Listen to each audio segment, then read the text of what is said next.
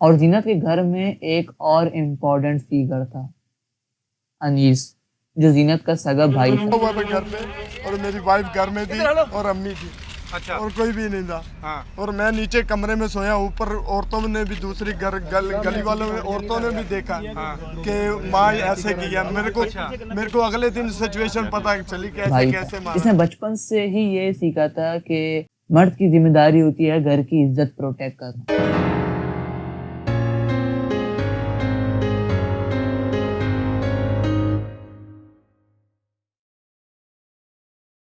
Imagine کرو لاہور کی گرمیاں، لاہور کی تنگ گلیاں اور اوپر لٹکتی بجلی کی تاریں، اور دور سے آتی اذان، اور ایک ایسی خاموشی جو صرف ان لوگوں کو محسوس ہوتی ہے جو اپنی مرضی کی زندگی جینا چاہتے ہیں بٹ جی نہیں پاتے۔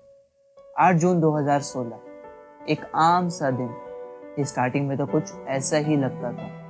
لاہور کے ایک ورکنگ کلاس محلے میں 18 سال کی زینت رفیق اپنے گھر واپس لوٹ رہی تھی۔ اسے بتایا گیا تھا کہ سب ٹھیک ہو گیا ہے، گھر والوں نے اسے معاف کر دیا ہے، سب کچھ بالکل پہلے جیسے ہو جائے گا، شادی کی سیلیبریشن ہوگی، نئے کپڑے، مٹھائی، رشتے دار، سب کچھ بالکل نارمل ہو جائے گا۔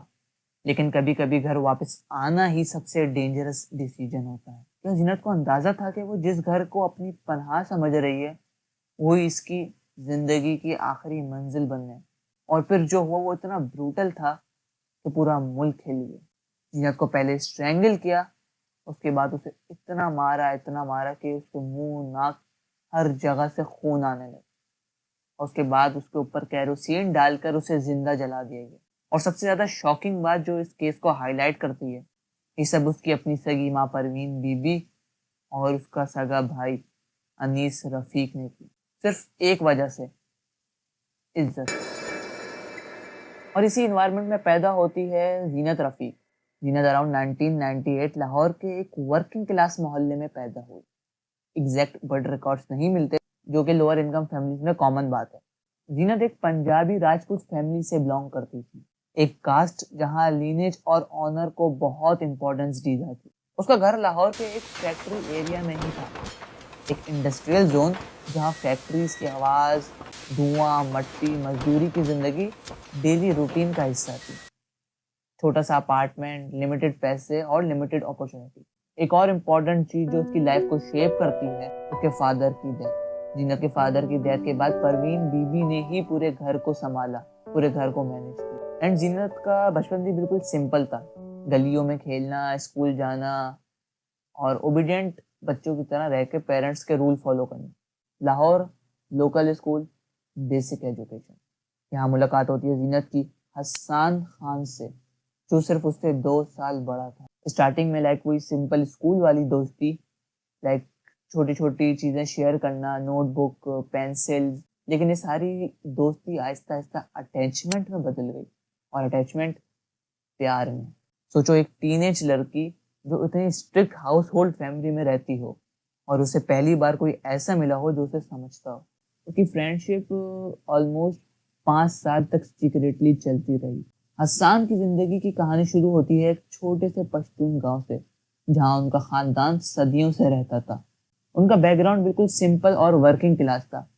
باپ مزدور تھا، ماں گھر سنبھالتی تھی، اور حسان خان کے اوپر ہی بچپن سے گھر کی ذمہ داری تھی، جس کی وجہ سے اسے پڑھنے کا بہت کم ٹائم ملا، اور اس نے مکینک کی دکان پر ہی کام سیکھا، اور وہی اس کی آمدنی کا ذریعہ بن گئی تھی۔ پیسہ اتنا کہ اسے صرف 2 وقت کی روٹی مل جائے، اور عزت تو پوچھے نہیں، لوگ اسے مکینک کا لڑکا کہہ کے بلاتے تھے۔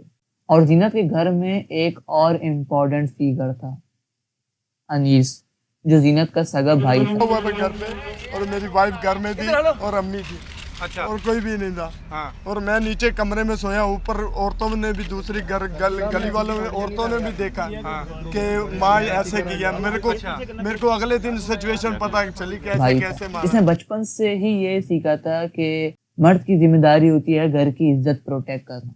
اینڈ جب حسان اور زینت وقت کے ساتھ ساتھ بڑے ہوئے نا، تو ان کی پلاننگ بھی سمپل ہو گئی تھی، اور ان کا ایک مائنڈ سیٹ تھا کہ ایک سمپل سی زندگی ہو، چھوٹا سا گھر ہو، چھوٹے سے پیسے، جس میں وہ دونوں خوش بھی تھے اور راضی بھی تھے۔ 2012 سے 2014 کے بیچ ٹینشن کلیئرلی گرو ہونا شروع ہو گئی تھی۔ فیملی ارینج میرج کی بات کرتی تو زینت فوراً ریفیوز کر دیا.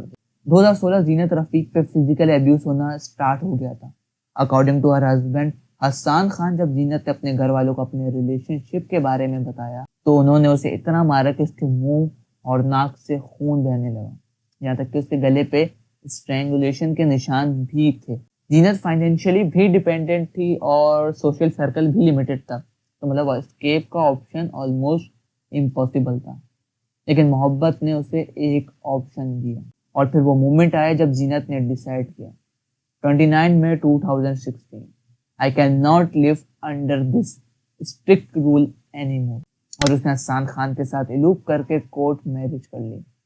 ایک طرف شادی کی خوشی اور ایک طرف فیملی کا فیئر.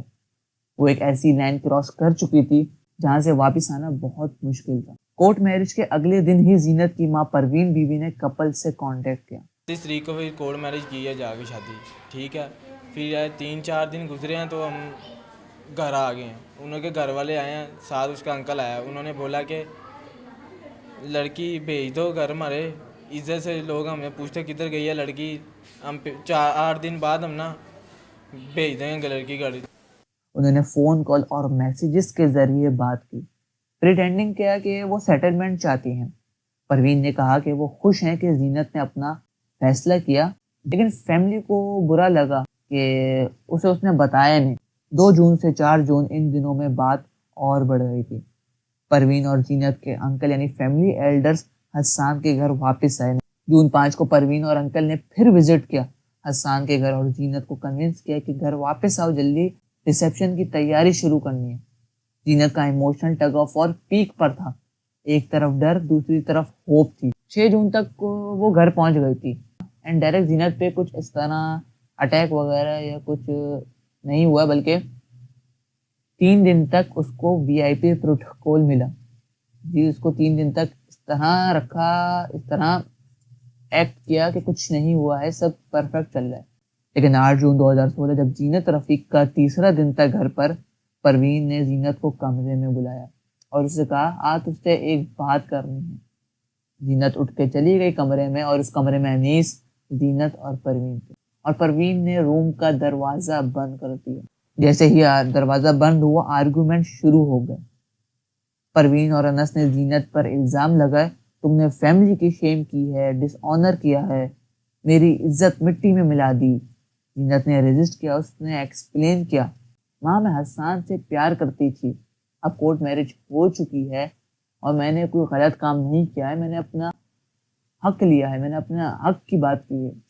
انیس غصے میں چلائے یہ پشتون لڑکا ہمارے پنجابی خاندان میں، تم نے ہماری خاندان کی ناک کٹوا دی. اور پھر انیس نے زینت کو پکڑا اور اسے چارپائی پہ دھکا دے کے رسی سے باندھ دیا اور اس کے ہاتھ اور پاؤں بھی باندھ دیے. اور انیس کو جو چیز دکھی وہ اس نے ماری، اس کو مکے مارے، اس کو بیلٹ مارے، اس کو ہاؤس ہولڈ آئٹم برتن جو سامنے دیکھا اس نے اس کو مارا. اس کے بہت زیادہ بلیڈنگ ہونے لگی تھی منہ. اور اس کی ماں پروین بیوی نے کو اسٹرینگل کیا کہ جب تک وہ بے ہوشی کے قریب نہ پہنچے، اور وہ پہنچ بھی گئی تھی بے ہوشی کے قریب. اور پھر پروین بیوی رکی اور گیٹ کھولا اور کچن سے جا کے کیروسین لے کر آئی اور اس کے اوپر ڈالی اور اس کو زندہ جلا دیا. مطلب آپ امیجن کرو اس وقت کا فیلنگ، اس وقت کی مومنٹ کیا ہوں گے کہ ماں نے اپنی سگی بچی کو جلا دی. اور جب جلایا تو وہ آگ، وہ کیروسین، اس وقت کا ماحول ایسا تھا کہ بالکل پراپر طریقے سے نہیں ڈالا تو کیروسین پورے کمرے میں پھیل گئی تھی. تو وہ آگ بھی پھیل کے کرٹینز میں، بیڈ میں، پورے روم میں پھیل گئی. اور جب وہ پھیلی تو اسموک کافی زیادہ، کلاؤڈی اسموک، بلیک اسموک اتنا ہو گیا تھا کہ پورے نیبرز تک پھیل گیا. اور جب وہ پھیلا تو نیبر بھی شوق میں آ گئے، اور تھوڑا جن کو پہلے شک تھا، جو پہلے ان کے لڑائی جھگڑوں، جو ان کی پہلے ڈسکشن، جن کے آرگومنٹس ہوئے تھے، اس سے بھی یہ تھوڑے اٹینشن ہو گئے تھے کہ بھائی کیا ہو رہا ہے، اتنے لڑنے کی آواز، اتنے. اور جیسے ہی وہ آگ بجھ گئی تو پروین اوپر چھت پہ گئی اور بہت فخر سے کہنے لگی میں نے اپنے بچی کو جلا دیا. مطلب آپ امیجن، میں تو بہت شوق میں تھا یہ کیس خود لکھتے ہوئے. اس نے اپنے آپ کو بہت فخر محسوس کروایا، بہت پراؤڈ محسوس کروایا کہ دیکھو میں نے اس کو زندہ جلا دیا. اب وہ مجھے کبھی ڈس آنر نہیں کرے گی. اور انٹرسٹنگ بات، پروین خود پولیس اسٹیشن جا کے سرینڈر کر کے آئی جو کہ فیکٹری ایریا میں تھا. اور یہ سارا case station house officer inspector شیخ حماد اختر نے کیس ہینڈل کیا اور انہی کے مطابق باڈی ہسبینڈ کے ہینڈ اوور کی. انیس اریسٹڈ شارٹلی آفٹر لیٹ 2006 اور انیس اس کے کچھ ٹائم بعد ہی اریسٹ ہو گیا اور 2006 کے لیٹ میں سٹارٹ ہوا تھا اور 2017 تک جا کے ان دونوں کے رزلٹ آئے جس میں پروین بی بی کو ڈیتھ سینٹینس ہوئی اور انیس کو لائف امپریزنمنٹ. اور اس دوران حسان خان زینت کا ہسبینڈ، اس نے زینت کے پومز اور میسیجز شیئر کرنا شروع کیے جس سے آج ہم تک یہ کیس پراپر طریقے سے پہنچا. اور شاید سب سے امپورٹنٹ سوال یہ ہے، اگر اس دن وہ انسان کوئی الگ اسٹیپ لے لیتا تو آج کیا وہ زندہ ہوتی؟ یہ کہانی صرف ایک لڑکی کی نہیں، یہ کہانی ایک سوسائٹی کی ہے جو ابھی بھی ڈیسائیڈ کر رہی ہے کہ انسان کی زندگی زیادہ امپورٹنٹ ہے یا عزت.